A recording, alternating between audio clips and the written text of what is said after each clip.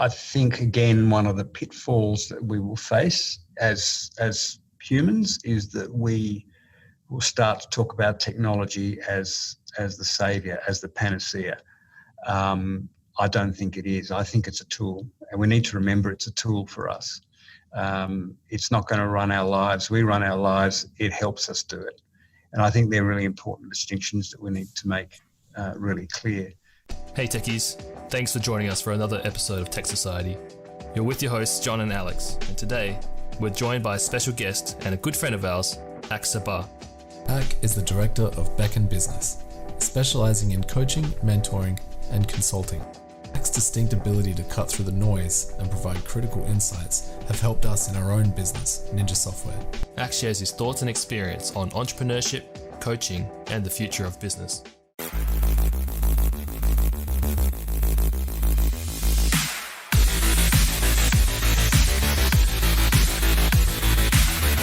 How are you both? Yeah, good. Are you in the office? Yeah. Yeah, good. Awesome. I'm the only one in the office, but I'm in the office. That's best of both worlds then. Yeah. You guys, where are you guys? You're at home? Yeah, we've been remote for 2 months now.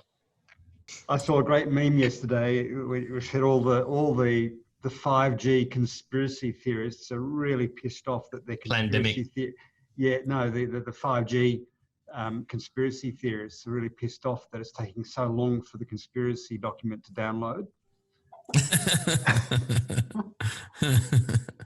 Oh man, that's actually increased in momentum, hasn't it? That's concerning. What, the 5G is going to kill us all? The 5G causes corona symptoms. Oh, you're joking. Well, they're burning down 5G antennas and they're attacking the workers too. That's kind of gone a bit too, what do you call it, hysterical for me. I mean, people can sit in their conspiracies if they want, but when you start hurting other people just trying to do their jobs, it's a big problem. All right, so I guess I'll just start with your first question, which was why and how did you get involved with business coaching? Yeah, it's a good question, and not necessarily a direct route into business coaching. The term business coaching really just sprung out of the ether in the early 2000s. And what I found was that before doing business coaching as a business coach, I was actually business coaching without realizing it. And it started probably in the mid to late 90s, when I was working with one of the big four firms as their sales manager, and my managing partner asked me to stop selling and to assist the partners within the firm to actually build their businesses. And so it moved from a frontline business development role to one where I was actually assisting the partners who asked for and needed assistance to grow their practices. And I found that I'd fallen into coaching as a way of helping them grow their practices and their businesses, and really enjoyed it. The term business coaching didn't exist. Coaching didn't exist outside the sporting context. So I literally came with my own kit bag of tricks from years of experience in the field, and was helping to impart that knowledge to, say, partners of the firm and senior managers, and really enjoyed it. And what I guess contextually it gave me was that I could look in on another organisation or a person's practice and see opportunity where they necessarily didn't, and was able to help them see that opportunity and then take that opportunity and make that fly. And I often liken it to being able to walk into someone's office and observe a photograph on their desk or a painting on the wall and go, gee, that's lovely. And for them to look at it and go, oh, it's been there for years, I never saw it. And in the same way, you can go in with fresh eyes and fresh energy and look at something and allow the other person to see it in a very different light. So that kind of spurred me on. And after I left that organisation, had some other jobs, I really wanted to come back to how can I use my skills to help other people grow their business and really develop themselves. And I was actually, nature opens up its own doors. And I'd just been with another firm, and it was just after September 11, and it went through quite a difficult time and had to lay off a lot of staff, and I was one of those. And at the end of the day, when I think something like 30 out of the 100 people in the business were laid off that day, were down at the pub commiserating, I looked at the time and realised that my accountant had invited me to a networking session that afternoon. And so I sat around and I said to the people at the pub, I said, "Look, really nice to work with you, but I'm really on to my next journey. See you later." And I went to this networking event, and there was a guy there who was starting up a business coaching firm, and who we'd actually tried to catch up with for something like about 6 months, and had never made diaries meet. And he just happened to be at the networking function. So it's one of those serendipitous moments where you meet, and that was the turning point. That was the point where I went, great, now let's get into business coaching, let's do it. And started in that practice, and ultimately became a partner in that firm and helped grow that throughout Australia. So that's how I got into it. It fundamentally comes down to a deep passion to empower others, to help them see what is and what is possible in their worlds, and to help them impart some tools that they can then see how to put the pieces together for themselves, and to really be the person off field, watching them on field, doing a great job. So that's how I came to it. I like that analogy. Just bring it back to actually sports coach with the watching from the sidelines. Yeah. Because I remember when I played soccer, and the coach would actually film us with the camera, and you can see where you're going wrong a lot better than from first person perspective. That's true. And I was actually talking about this with a colleague this morning in terms of the different styles of coaching. And when you look at a coach in a sporting context running up and down on the side of the oval, most of the time screaming at the players, people can get the impression that highly directive, highly anxious kind of coaching is what you get. But what you don't see is that same coach also coaches not only directively but quite supportively when individual players might come to them off field and go, "Look, I'm really struggling with this. How could I?" Or "Can you help me with?" And so there's a very supportive style. And then there's also a very directive style, which is the coach saying, "No, don't do this, do that, because that'll change your game." And so coaching has many different styles to it. And depending on where and when, you need to kind of play with those different modalities to get the best out of the player. And the same thing happens in business, where I might have a particular style, which is probably more a supportive style, but there are times when coaches need to shift, and business owners and people in business are going, "Well, I need more direction here. How can you help me?" So it's this continuous slide between supportive, directive coaching and sometimes quite blunt, pointing out what might be as needed. And it's for no other reason than, to give another analogy, sometimes you've got to shake the tree before it fruits. And sometimes you've got to shake the tree, and sometimes you just got to water it. Yeah. And so, there are different modalities. And, back to the sporting analogy, the coach at the side of the team, watching the team or the player play, if you really observe, will use all those kinds of coaching techniques to get the best out of the person on field. What are the biggest misconceptions you find about the term business coach, or just about business coaching? Oh, okay. Look, it's a really interesting one. There is some coaching has developed in the last 20 years, and it's become more and more specialized. And some of those initial conceptions were around that coaching is all about fluff. And yes, but in some cases, there's the coach that wants to be the person that is a life coach that helps you through life decisions. But then the other extreme, there's the coach that's almost full-time consulting in a commercial sense. So the coach that you become really depends on where you enjoy playing the most. I've always been commercial, so I enjoy the commercial conversations. I enjoy the commercial coaching. And at the same time, I love the human connection piece. So there are times where my coaching is going to be all talking about profit and loss and all those wonderful commercial things, and how do I grow my business and scale my business and do all those commercial nuts and bolts stuff. And there are also times where we're sitting with our business owners and leaders and asking those more, I guess, esoteric, but just as empowering questions around, so why, what's your purpose for this business? Why did you get into this business? What's your story behind it? Because what people tend to fail to remember is that we all got into business because we have a story. And that story, whilst it's personal, is often the most compelling story for others to follow. And along the way, we sometimes lose that. And it's really important to bring that soft story into the hard commercial reality, because it balances things out and enables the person to fully express who they are in their business.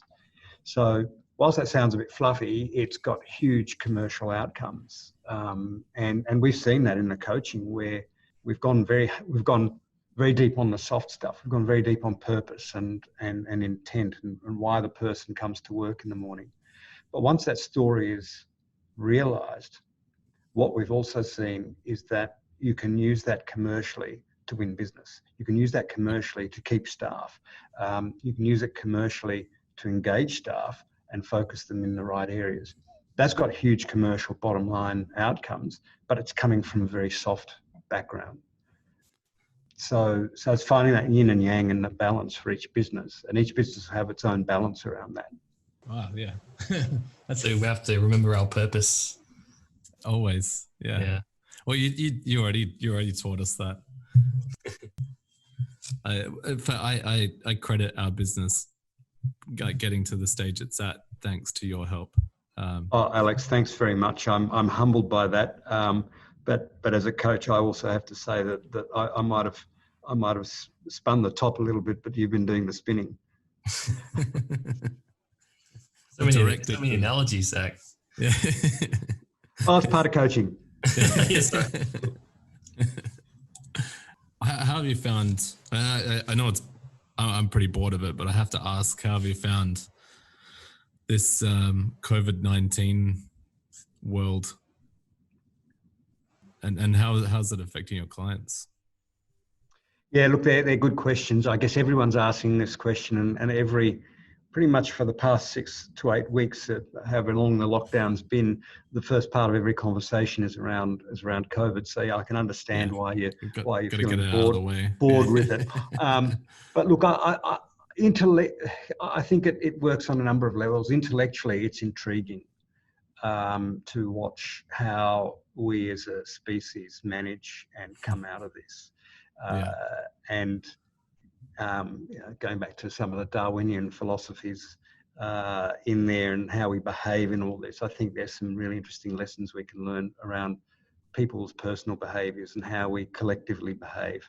And it was interesting listening to a scientist last week from the United States talking about how surprised he's been globally at the way the community has come together and worked together around not just supporting the science, but supporting one another as humans through this. And we're seeing great stories around this worldwide where, I just love watching those images in Italy and Spain of people dancing on the doorsteps and clapping it. What is it, 8 o'clock at night in Italy, everyone goes out, even the medical profession go out and they clap the police, and the police are there clapping. So every culture has its own way of dealing with it. And it's just interesting to see how each culture deals intellectually with what's going on. probably bring it more to home, it's fascinating to see how businesses have been responding. Some have reacted, some are responding, and I think there's a big difference in the two words. Reaction tends to be quite knee-jerk, and they've gone into quick fix remedies. Others have had to do that, but they've also then stepped back, taken a breath, and gone, so how do we respond to this? And I've just been on a board meeting call where they responded in a particular way, and it's now paying early dividends, earlier than expected, in the sense of re-engaging with clients that they hadn't spoken to before, and some of them coming back on, even during a crisis when most people are going, well, most businesses shouldn't be doing this. They're actually winning business because the way they've engaged and the way they've responded to what's going on. So other things I'm seeing are businesses that took the analogy. I'll use another analogy, John, and that is we've all fallen off the cliff together, and it's a quick drop to the bottom. But the one thing we need to remember is it's not going to be a quick climb to the top again. Like all these things, it will take time, and the road to recovery, we don't know what that's going to look like. And in every downturn, economic or otherwise, the road to recovery has been different. It's a long one, though. It's going to take a while, I think. It's going to take a while. And every time an economy has climbed out of the past recession or depression, the gripping points to that rise, to that climb, have been different. We haven't used the same points to climb at the same time every time. So recovery looks different every time. No one can predict what that might be. It's just a matter of working through it and being prepared for it and keeping your eyes out. And we've got businesses that are seriously scenario planning at the moment and looking at what could the next 6 to 12 months look like for their industry, and looking at it from 4 very different perspectives. One being doom and gloom and slash your wrists, right through to, this is going to be a breath of fresh air, and in 3 months' time, we're back to normal. And in between there are other scenarios, and they're modelling their business according to those 4, not only from a financial and cash flow perspective, but in terms of what are their clients going to be doing and what's their industry going to look like, so that they'll come out of it knowing that they've got a roadmap for whatever comes ahead. So some people are really taking this as a way of revisiting their businesses and going, well, what do we want to look like at the other end? Because it will be different. World's changed, and I feel like the worst is not over. And it's a bit of a tired topic now because it's affected everyone, but it is affecting everyone. It's just a very, very long ordeal that everyone needs to talk about, I think. I think there's some interesting opportunities coming, though. I always tend to look on the bright side of things, but the approach of remote work is an interesting one. As for us, we're a software company. It wasn't too hard to switch to remote. It's a big win for technology. There's no doubt. There's no doubt. I think we've seen a rapid incline in the use of Zoom type products, which is great. I think online shopping is now something that people have been forced to become really, really comfortable with. It's interesting to see how the large supermarkets struggled in the first 4 weeks in terms of having to shut that down because the volume was probably too big and the supply demand issue was at play. But now I think they've come back on stream with a vengeance, and there's some really great last mile delivery options available for that end. But people have adopted the tech as they've had to. Yeah, exactly. Well, I think talking about business strategy going forward, every strategy has to have an online component now. No longer can you ignore that world. Especially for international trade, Zoom meetings with people overseas is now the norm, which not great for people in Perth, having to stay up till 2 a.m. to talk to people overseas. But that happens in any jurisdiction, I think. If you're running a world business, you'll always have people in another time zone you have to play with. I think it also then comes down to being really mindful of how you manage your business, and go forward. So that one of the biggest issues that's come out of COVID, I think, is the way that business owners manage themselves. There's been a lot of focus on saving their businesses, saving their staff, looking after clients, looking after supply, looking after all the components that run a business. And the one thing that most business owners have forgotten is that the person sitting in their chair is just as important to the whole thing. And some of the CEOs I've been working with over the past few weeks have not given any airspace to their own mental health, social well-being, and physical health, because they've just been doing 12-hour days, 7 days a week to keep their businesses going. And so it's really important that even if it's half an hour a day or half an hour every second day, just to take 30 minutes out to do something that's not looking at a square screen or a Zoom meeting or whatever it might be. Because we are analog creatures, and we use digital as a tool, but it's kind of taken everything over, and there's still a need for us to interface with real people in real time and real space, even though we have to be socially distant. It is important. And so my biggest concern for a lot of business owners out there is making sure that, I don't like using the term mental health because it tends to be hijacked with a whole bunch of judgment. My preference is to call it emotional well-being in a broader sense of what are they doing to ensure that they're being well, not only emotionally but physically, and that entire well-being component is important, because fundamentally, if the head, if the leader, if the owner of that business is unwell or not performing, then nothing will work in the business according to plan. It's really hard to remember that, though. The pressures are on you, and you work till 10 o'clock at night, and you don't even realize it's 10 o'clock at night. Yep. And very true. And some people struggle to mark the boundaries between work and play, I think. And especially in a work at home environment. Exactly. And that's where there's a need to be disciplined around it, and also know that when I'm at work, I'm at work, and when I'm not at work, I'm not at work, and giving yourself permission to make those times available in the day, even if it's to step out of maybe it's the kitchen or wherever you might be working in this environment, into some other part of the house or backyard or whatever it might be. And if you take that context and apply it to business in the normal world, when we get through all this, then the same thing applies. Is as business owners, as people who lead our businesses, are we making sure we're giving enough energy to ourselves to make sure that we rock up energetic?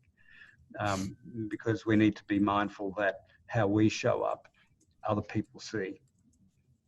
Mm. We may not even be aware of it, but how we show up and our behaviour is actually seen by others, and adopted and interpreted in different ways. So we need to be mindful of that. And we can't be unless we're working at full strength. That's the big takeaway there, is that if you keep burning the candle at both ends, you'll just have less candle. Yeah. It hasn't changed. That's always been the case with remote work, I believe. It's just now that a lot of people are forced to do it that aren't used to doing remote. To doing it, yeah. Yeah. Oh, look, I know when I first started out, I worked from home office, and there'd be times where conversations with my better half were very blunt, in the sense that, no, I'm not. It's 9 o'clock. I'm at work. I'm not here to put the washing on. And I know it's only 3 doors down to put the laundry on, but I'm at work right now. It's your headspace, right? Yeah. Yeah, because it's very easy to then, once you've done the laundry, to look outside and go, oh, that tree needs pruning. And after a while, you've lost the day to pruning and laundry, and you've lost a day of productivity. So being personally responsible around that and personally disciplined to go between here and there, that's work. and I'll give an hour to that and put the laundry on while I'm having lunch or whatever it might be, it's really important. Yeah. And I know they're pretty naff examples, but they're the kinds of things. Oh, there's plenty, and I'm sure it's happening all over the world.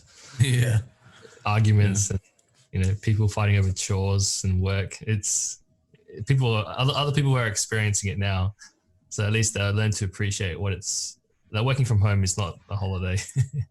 No, and it's really interesting talking to some business owners in the past week about getting ready for people to come back to work and people becoming prepared to come back to work. The number of people who just can't wait to get back to the office environment because they've actually found it quite challenging. And some are reluctant to return as well. So we did an anonymous poll of our staff, and right down the middle, 50% were pretty happy to keep working from home, and the other 50% couldn't wait to get back. Yeah. I do have a suspicion the 50% that wanted to keep working from home might live on the peripheries of the city, but maybe that's my own biases. The commute is killer for a lot of people. Yeah. And if you cut that out, it means that you save 3 hours a day for half your staff, Yep. Yeah, it can mean a lot. Are you seeing with your connections and clients some bringing more work from home initiatives, even when things go back to normal? Yeah, I am.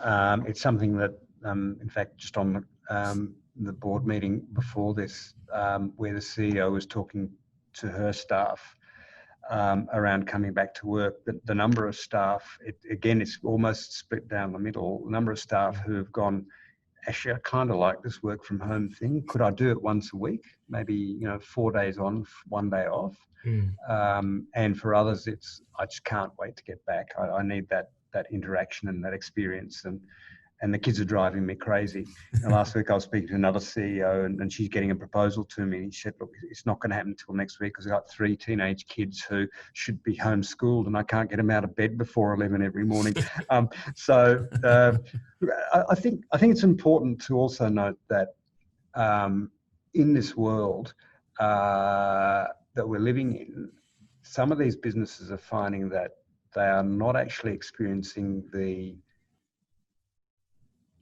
efficiency deficit they thought they would by people working at home. People are actually working just as well, producing just as much. Productivity, efficiencies are actually in some cases better, but they certainly haven't taken the dive that people thought they might. No, that's what we've experienced. I'd say productivity is up, but creativity is down. Yes. Like pollination of ideas is definitely more difficult.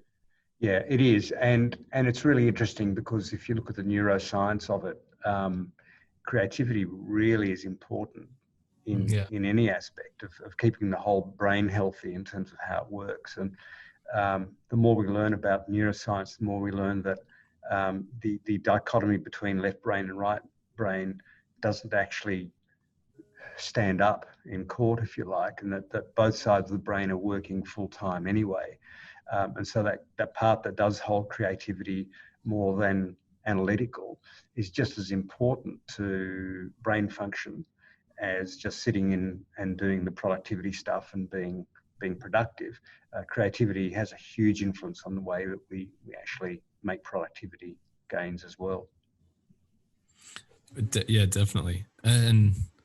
And solving ideas, which is a form of creativity, but which I don't think gets as much credit as your like ideation type creativity.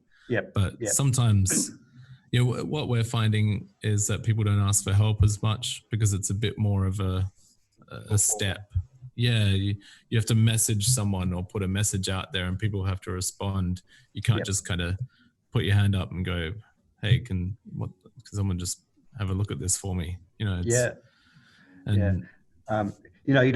have that, what we call the corridor conversation where you can, if you visualize a typical office where you might have people in their different offices and somebody poking their head out the door and say, hey, John, have you ever heard of doing this? Or have you ever thought? And then John pops his head out of the office and goes, no, I haven't, but what if? So that kind of creativity, which is quite spontaneous, you don't get that opportunity as much.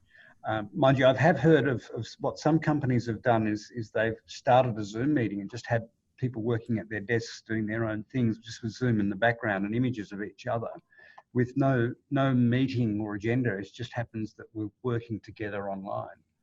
And that's created a kind of a backdrop, if you like, to people just being able to walk in and out of a conversation almost off the cuff while they're still working on their screens doing other stuff. So it can be done. It's just, again, how do we do it in a way that's going to benefit everybody as opposed to be something that gets in the way? And we played with that idea, but unfortunately, like programming and high focus tasks like that, you want to be able to zone everything out and play music and just go. Yeah, it's a real balancing act. But at the same time, it is collaboration.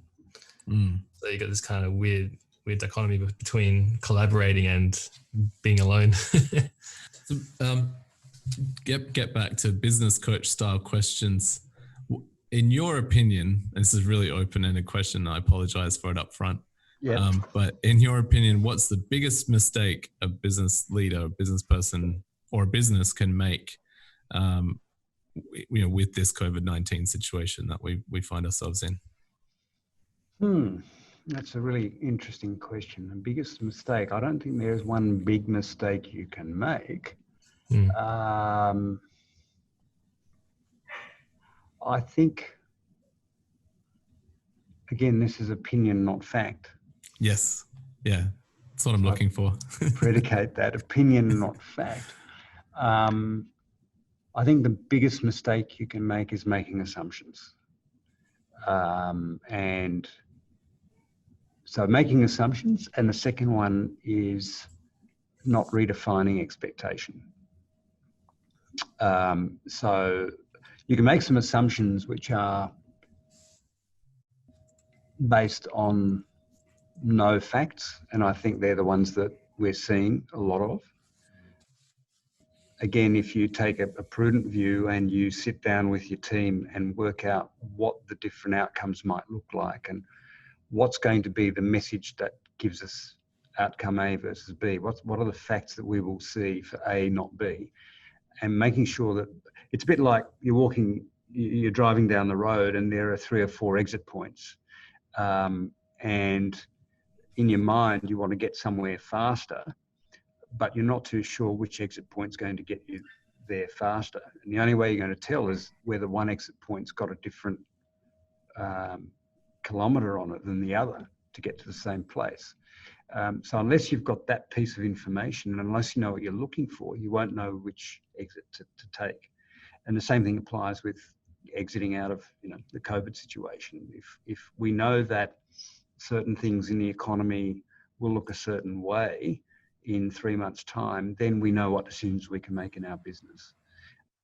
And so it comes back to some really basic things around business planning, around looking at things like cash flow management. Again, speaking, I was on a board meeting earlier today, and we were looking at cash flow projections for the next 3 months and what might occur. And at each point of might, what decisions do we need to make in the business? Some of them pretty tough, but there are other waypoints where it looked pretty good, in which case you didn't have to make those decisions. But at least we know that along the way there'll be a road sign, and from that point we know that that road sign means making certain decisions.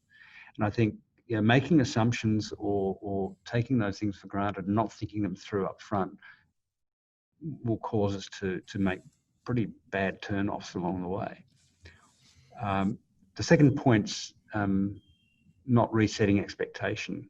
One of the most interesting stresses and anxiety things that have occurred over the last 6 weeks is staff feeling very anxious about working from home, and the fact that one of the kids might come onto the screen or sit on their lap, and that was unprofessional. And I question that very early on, in the sense that if you have the same expectation as you've got in an office at home, then how's that going to hold up? You can't. It's just a bizarre situation we're living in. So let's change our expectations to accept the bizarre, and that some things we just have to drop. You know, don't expect me to come to work in my home office every day dressed in a suit and tie. I might be in a t-shirt. And is that okay? Well, let's at least have a discussion about that as a set of expectations, and let's at least agree what are the expectations. Yeah. And so whether you talk about that in a pre-COVID or post-COVID world, or business as usual or unusual, assumptions and expectations are still two of the big, I guess, pitfalls that we can make in any business. Mm. Yeah, definitely. In fact, one of our guys often does his stand down at the end of the day with his daughter sitting on his lap. Not his choice. He didn't just go and get her. Some things are just a force of nature, I think. Yeah. Well, there's accidental things that happen too. I love that story in the US of the weatherman reading the weather from his home office, and his dog jumps up onto his lap, and from that point on, the dog is what's more important than the weather, and I think has become part of the daily weather read. So, it's like, well, who expected that? Let's just play with it and make the most of it, because that's actually. I think it's ultimately a culture shift, isn't it? So things are the way they are because it's just the way they've been. They are, everything's changed, and we wouldn't have the same response to the video of the guy talking to, I think it was BBC, and his daughter comes marching in.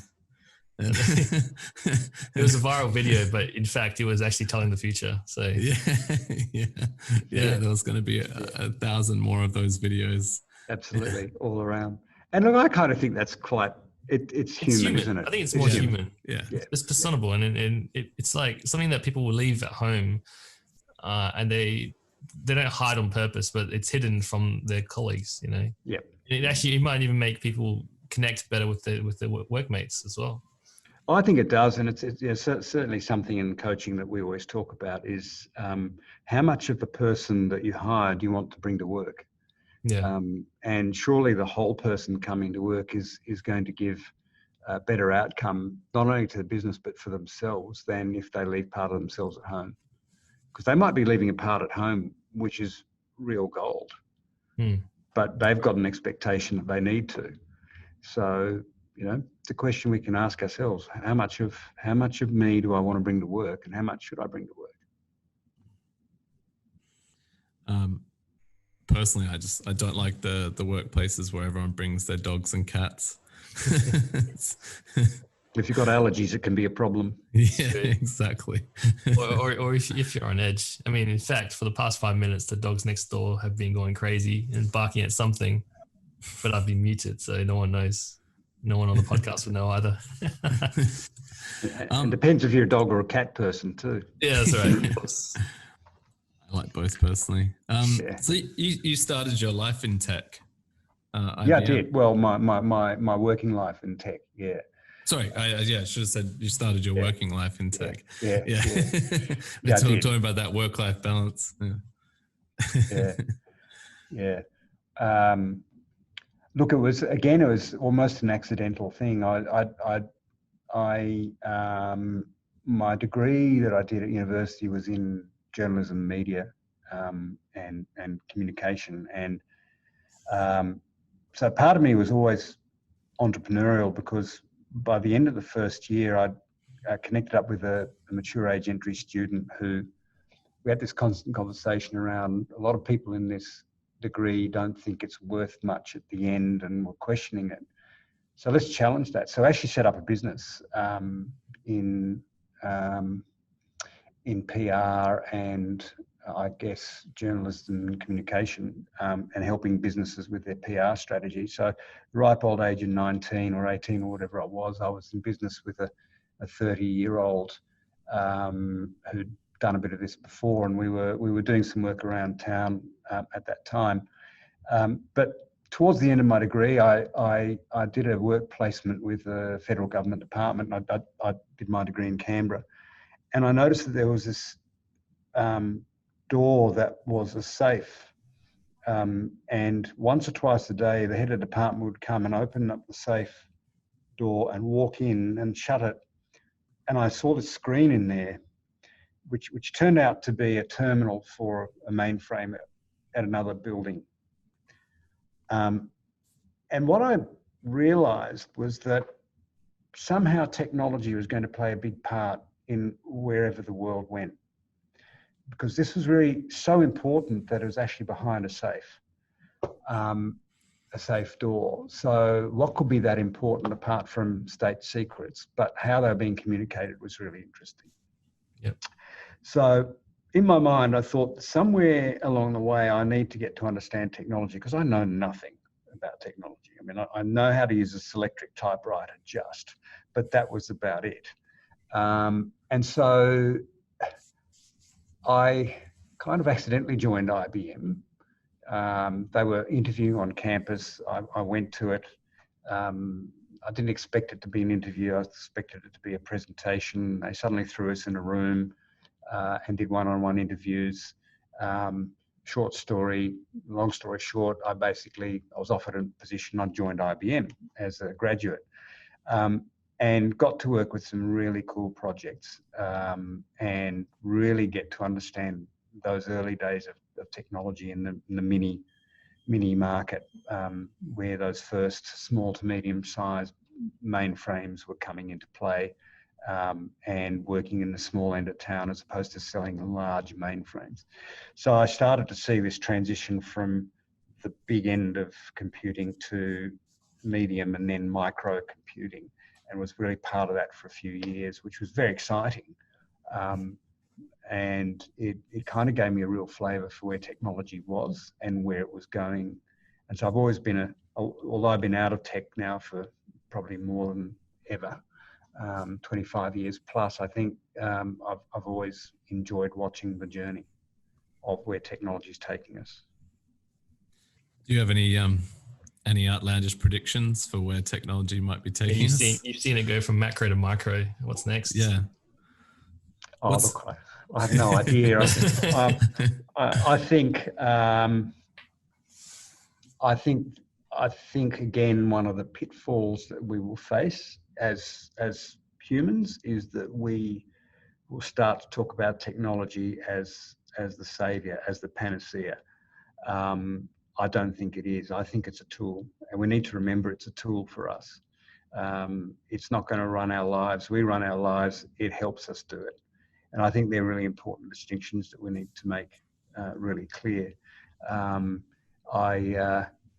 also quite mindful of when technology is being talked about, who's actually owning that conversation, who's the source of that conversation. And a few years ago there was a big thing, and it's still happening in the coaching industry, about artificial intelligence taking over the coach's role. And that there are AIs out there that could coach executives, if not better than a real person, then pretty close to on par.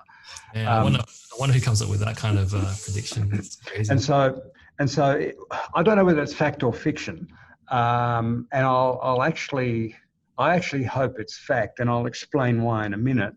But I think you've got to go to the source of that, and you'll probably find that the source of a lot of those conversations come from tech companies that are trying to spruik their solution. Yeah, 100%.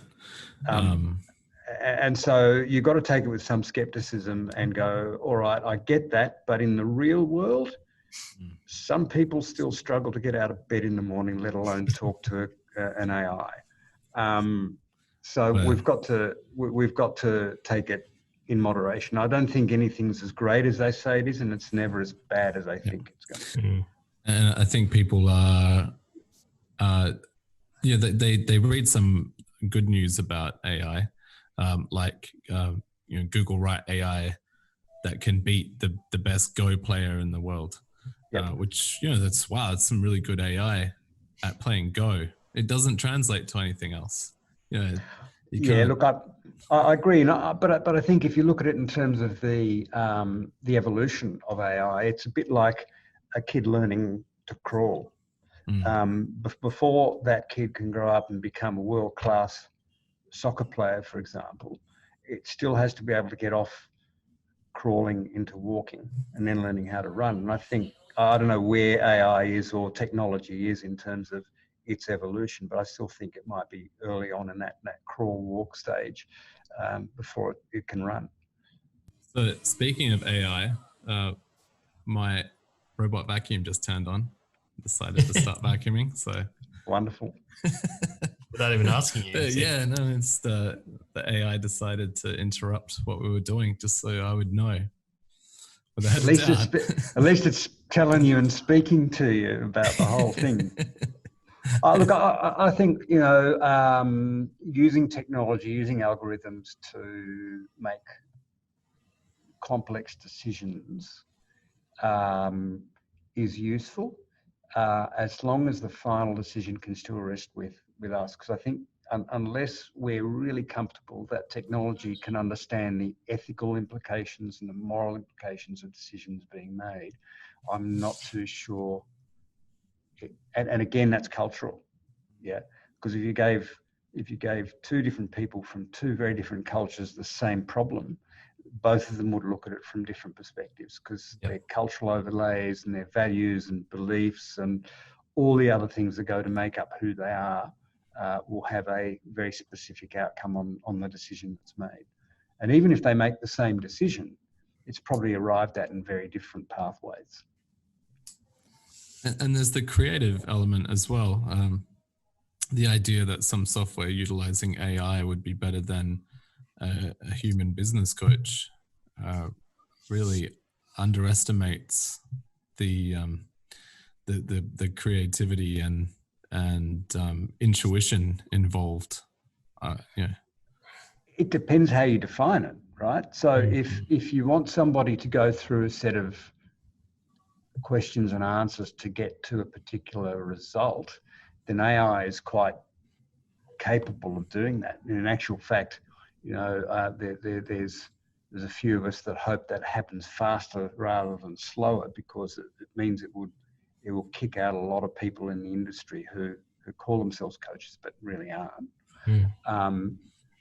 But you're right, it's that other end of coaching, it's that other end of the profession, of any profession really, that brings in intellect with creativity to help the other person develop something new, something unique that's not pre-written, that's not pre-thought. That's where I think the human experience is important, because whilst AI will be able to read human facial expressions, can it really interpret it? Or if it does interpret it, will it interpret it the right way? Because one thing as a business coach you do is you're often conjecturing with your client purely to get a negative as opposed to a positive response. Some of the best coaching you do is often to make a statement, and I might say to John, so John, what you're really trying to achieve is X. Is that right? And John will go, absolutely not. And I'll go, fantastic. Because now we know what absolutely not looks like.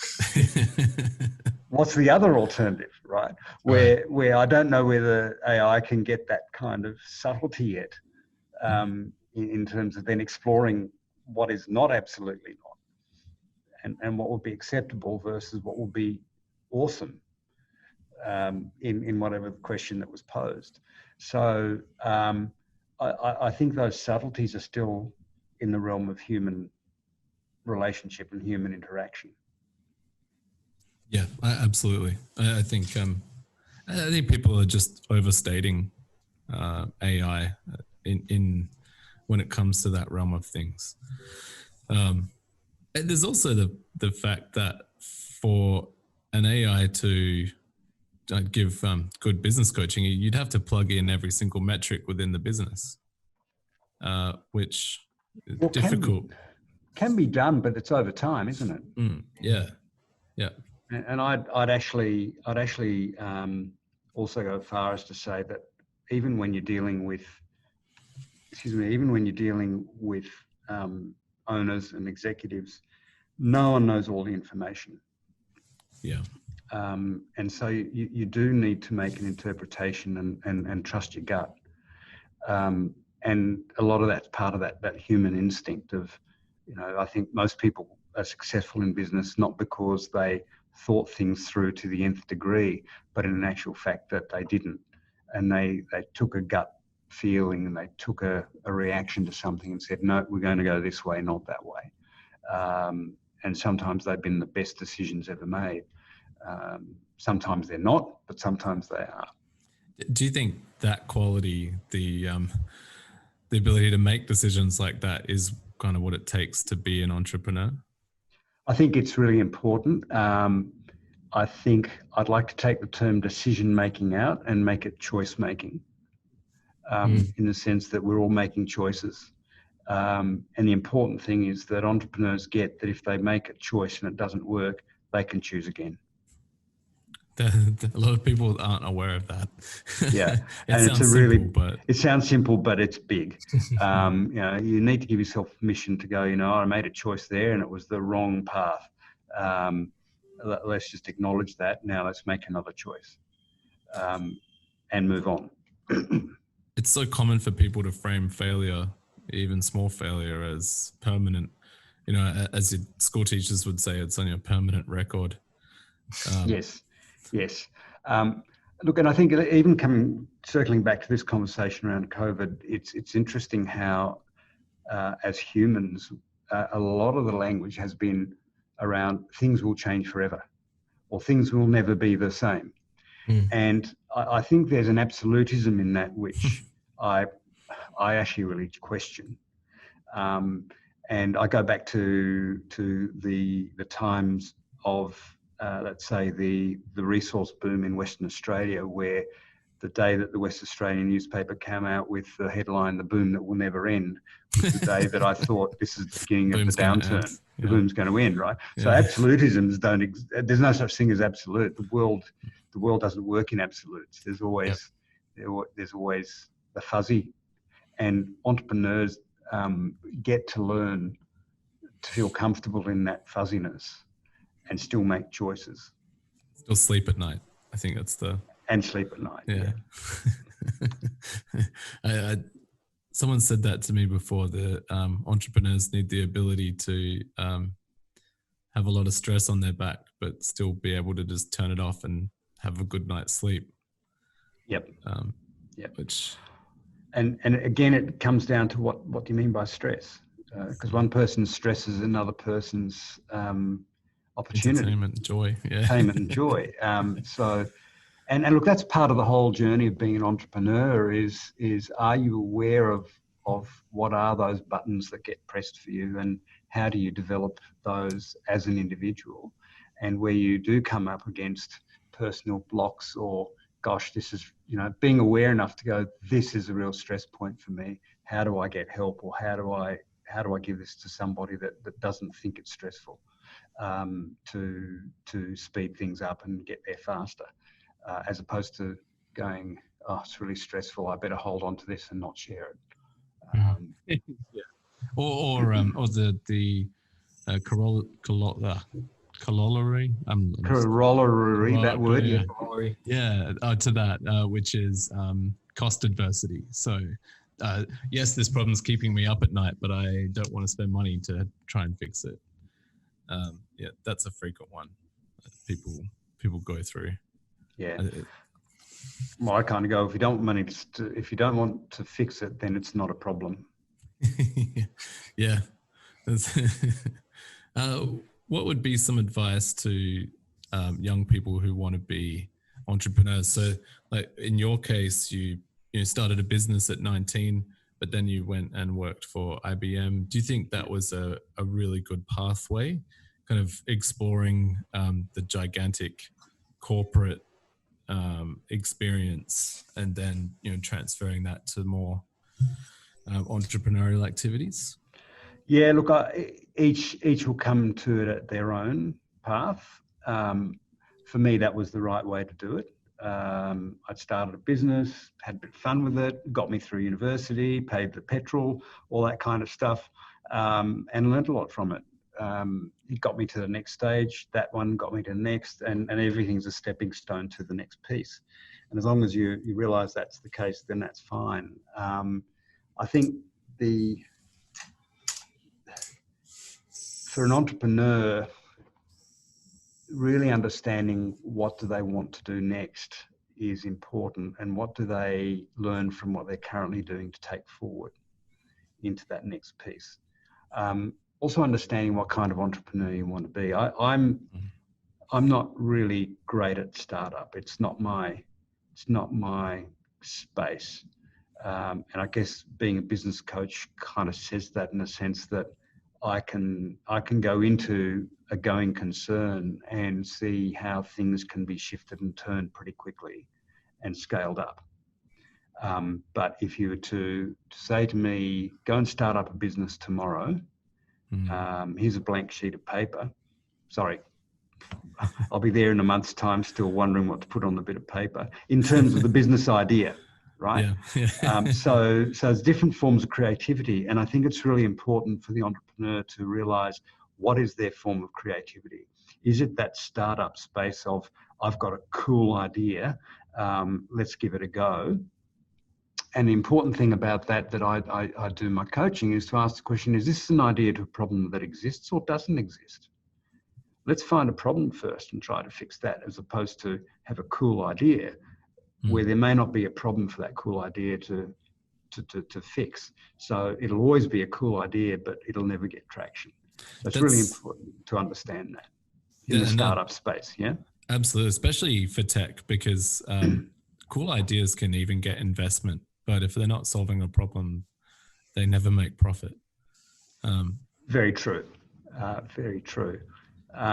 The other pathway, I guess, for entrepreneurs, and one that's dear to my heart because of it's that second business that I've started up to encourage people not to start up, is the ability for them to, if you've got the mindset to want to be the entrepreneur to grow, then why not buy a business that's already been started, that's been taken to a certain level, but has kind of plateaued out, hasn't gone through that glass ceiling that you as an entrepreneur can easily see that you can crack, because you come in with fresh eyes or you've got different skills. And so there's the ability for the entrepreneur to buy into businesses or buy businesses that are already going, pivot them, change them, scale them, and add a lot of value in relatively quick time without having to prove the concept, without having to prove that business is going to make money, because it's already making money. And so it gives you, I guess, an engine that's already going for you to then speed up and take to the next level. They're kind of the areas I intend to play with in terms of entrepreneurialism. And so, what I'm saying is entrepreneurs, what is an entrepreneur? I think certainly in Australia, we have a very, very narrow mindset as to what an entrepreneur is, because it seems to be that when somebody talks about an entrepreneur, it's, as you say, Alex, somebody with a cool app, idea for an app, or some kind of fintech, or they've got something that's going to save people from cancer or whatever it might be, and therefore they got to start up. But there's entrepreneurs everywhere. And the big question people have asked me is, what's the difference between a business owner and an entrepreneur? I think most business owners are entrepreneurial, but the real difference lies in the fact that a business owner will come to work every day, open the doors, do their work, and then go home, and they'll go, yeah, that was a good day. The entrepreneur will come to work and go, how can I put this on steroids? How can I scale this? How do I take this to the next level? And I want to build this out. Yeah. And to us, and certainly to me, that's that spirit of entrepreneurialism that we need to encourage in Australia. It's not just the startup guy. It's the person that takes a business and says, how do I make this bigger and better? Because that's going to not only help them personally and their outcome, But there's also underlying things that occur in the sense that if you grow a business, you need more people. Therefore, you're employing more people. Therefore, you're contributing a larger space in the economy. And as a business grows, it actually has huge knock-on effects around the economy, because it not only grows, but it needs services from other businesses, and then they grow. And so the importance of that kind of thinking linked to what does an entrepreneur do is really important in my mind. I really like that. That was really good. I think highlighting how we kind of think of entrepreneurs in Australia is so true. Because whenever I hear someone say, "Oh, I'm an entrepreneur," I think, okay, so you've probably started and failed at a few businesses, like play business. I say, yeah. I'm a serial entrepreneur, and I don't want to be judgmental, but whenever someone says serial entrepreneur, I kind of cringe inside. Again, look, it's all about what does it mean, exactly. And even the whole context of what does failure mean, where you go to other countries where people don't want to talk to you until you've failed into your third or fourth business. And we still get that here, where people come and say, "We'd like to work with you, and I'd like to buy a business. Can you help me? But you probably don't want to talk to me because I started up, or I bought a business a few years back and it failed." And my question to them is, so what did you learn from that?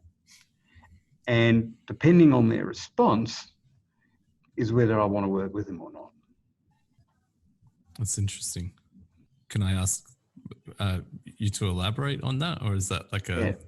Yeah, sure. There's a couple of different responses that people might give. One will be, and I've heard this many times, is, "Oh, well, the economy did X, Y, and Z," or "the government did X, Y, and Z," or this did that. So to me, that's a full abrogation of responsibility, right?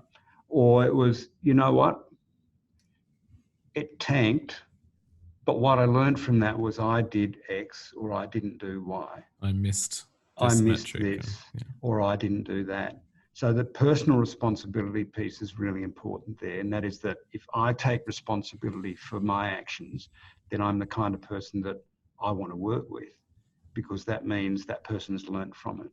But if all we've done is we deflected it to the other part, or my business partner did X and it all went, no, it doesn't work for me. Unless the business partner actually stole the money and ran away to Barbados, I think business and leadership in general, the buck always stops with you if you're the leader.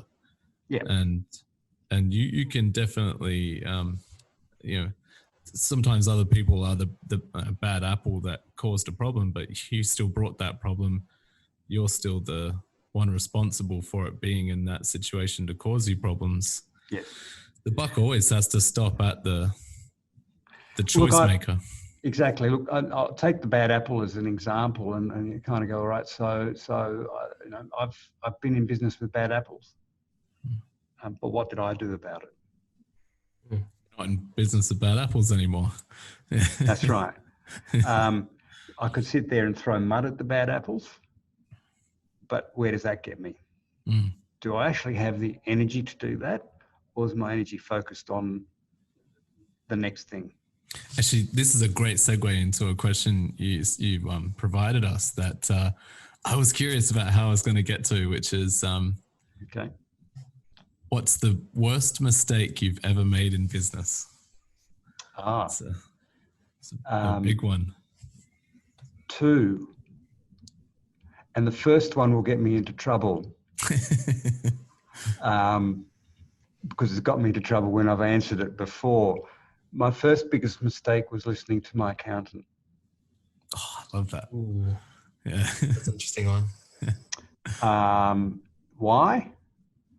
Because at the time I fundamentally did not understand that his risk profile and my risk profile were different.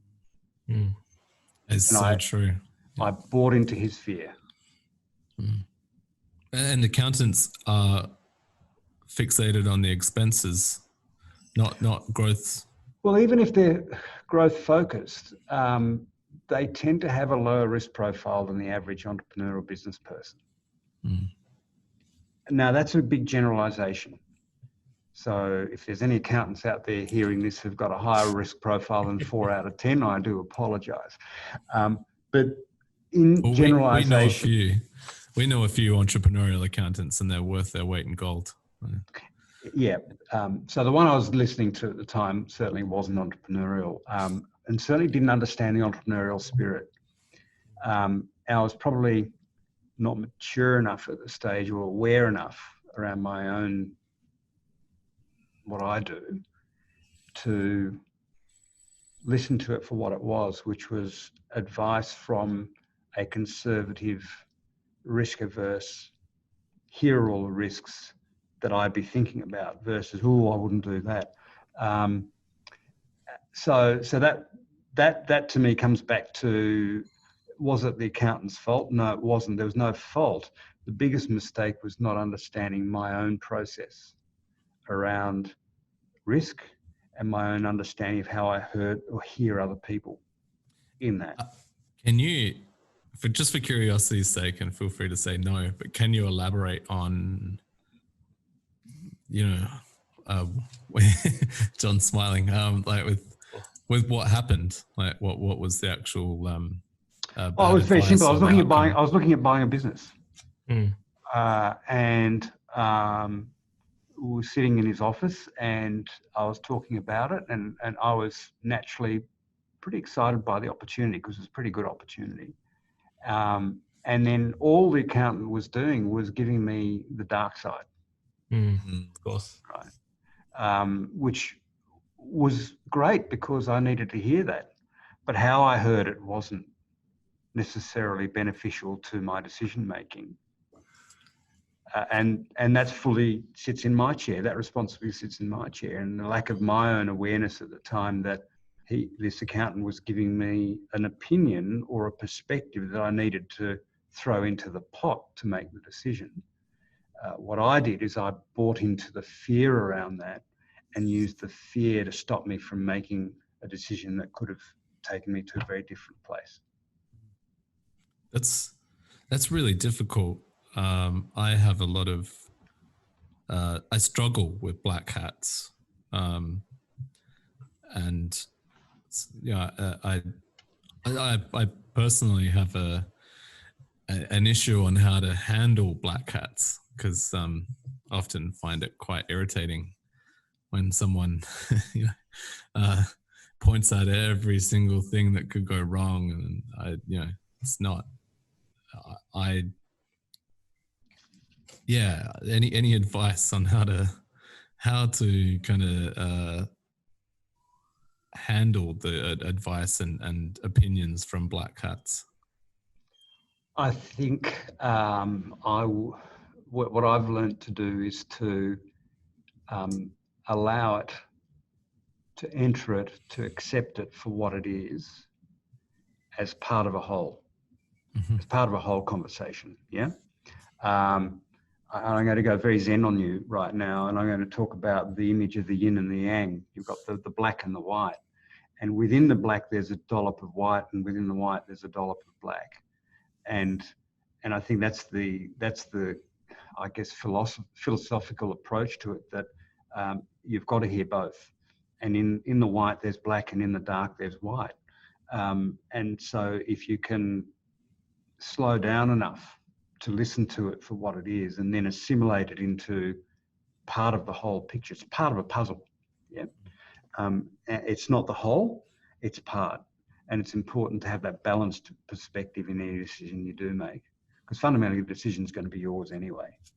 I think great entrepreneurs know how this works intuitively. You look at, say, people like Richard Branson. I happened to work with somebody some years ago who used to be one of his CFOs, and she often talked about the fact that he comes up with some great ideas, but he knows he's the ideas man. He knows he's the intuitive person that goes, hey, let's try this. But he surrounds himself with people who are black hats, who are total opposite to him. Why? Because he'll miss stuff. He won't see it all. And sometimes it's those little pieces that could be the difference between bankruptcy and success. And so it's important to surround yourself with, I think, with people who don't necessarily agree with you, who don't necessarily have the same perspective, because by looking at the different perspectives, you get a full picture, and then you can make a choice.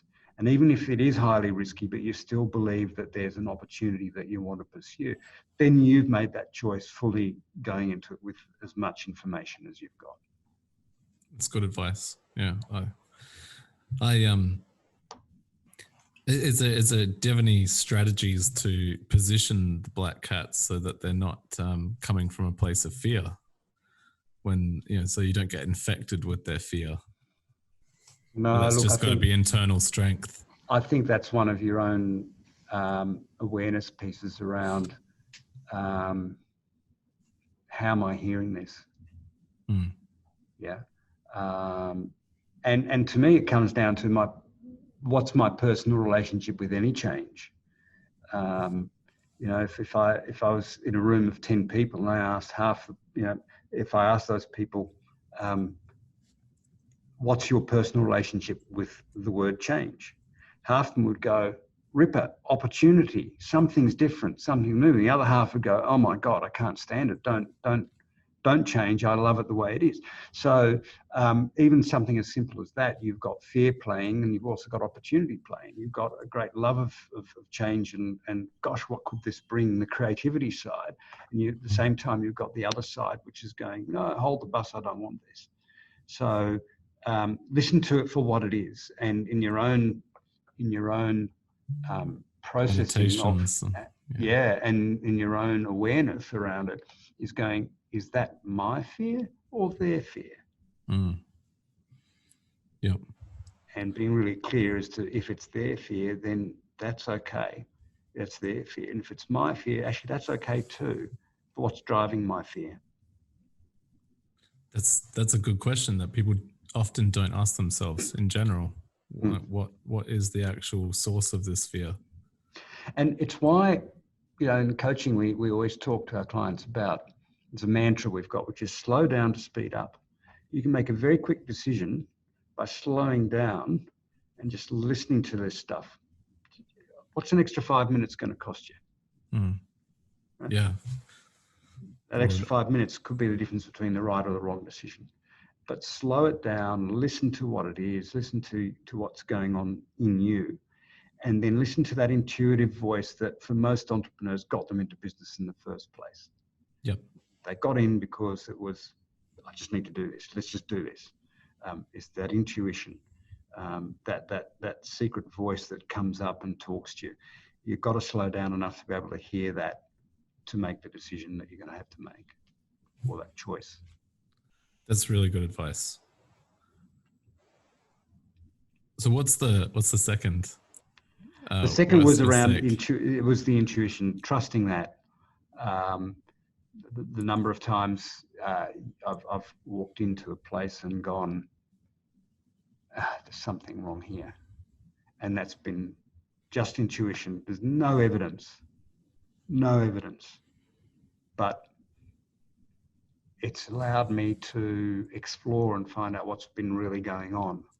And 9 times out of 10, it's worked for me.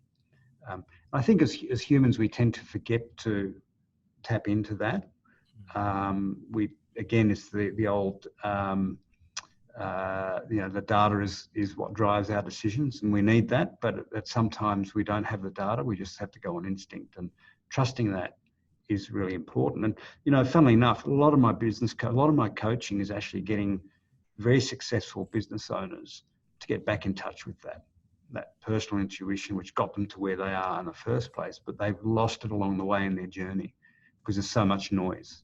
There's so much stuff out there. So many voices. You've got to listen to that internal voice as well. And that's your true north in many ways that you've got to come back to. My personal experience is that when I haven't followed my intuition, I've generally regretted it. Yeah, that's the other way of looking at it. Yeah. And hands up, who hasn't done that? I think a lot of it is you kind of catch someone else's fear or someone else's enthusiasm. and you ignore the internal voice telling you that, maybe you're right. Yep. Very true. Very true. We won't take up too much more of your time. It's fine. I want to, you answered it here. I want to ask you on the podcast. I think we're going to make this like fun little question at the end, which is, what are your biggest technology gripes? It could be really simple stuff like, crappy user interface of something you use, or it could be something really high level like, Facebook ruining politics internationally. Biggest tech gripes. Look, whilst I might have started off my life at and spent probably upwards of about 15 years in IT and technology and telco, I still struggle with the basics. I still struggle with the fact that the sizzle far outweighs the reality of technology. I struggle with the fact that I've got a laptop which was sold as leading edge, and it wiped all my data twice within 2 months, and the company I bought it through helped wipe it twice because they thought they were doing it right. And I kind of go, well, if their tech people get this right and wrong so often, then where are we at in the world? And my God, if we're actually going to allow technology to take over a lot of what we do, we're in real trouble because it won't even boot up right in the morning. So I just think it's one of those things of technology has a promise that I don't know whether it's fulfilled.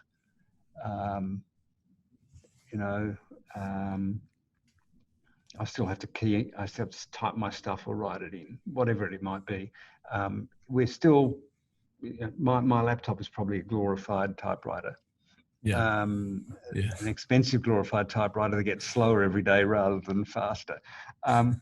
Gripes, they're just minor things. They're not really gripes. I'd say it's interesting watching the generational argument around them, this upcoming generation being glued to their screens.